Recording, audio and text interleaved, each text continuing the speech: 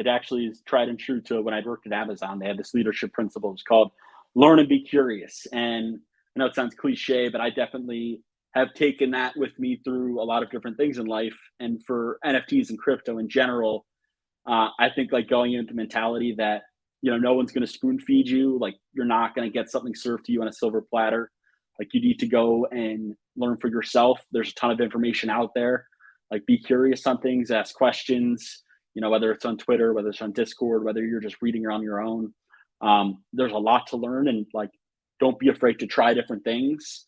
Um, you know, Airdrops alone, you can make a ton of money just going to experience, different chains and all that stuff. But you could apply that methodology to really anything within the NFT space. So go try new things. Don't be afraid to make mistakes within reason. Like don't blow up your entire bankroll doing it. But certainly like take risks and try different things. I'd say from like what's changed and like what's been different for me.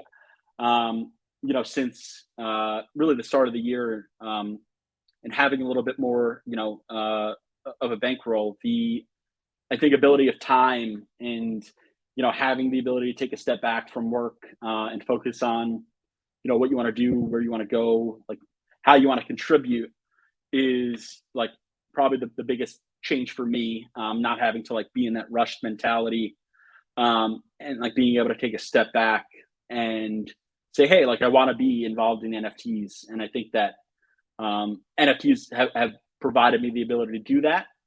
And like, the biggest thing that I'd probably say, I don't know if regret's the right word, but like if I did it all over, I think the patience piece is something that, I definitely learned the hard way in, the last 6 months or so, with, the overall kind of macro sentiment, and the market in general. Like, don't be afraid, like just sitting your hands for a little bit.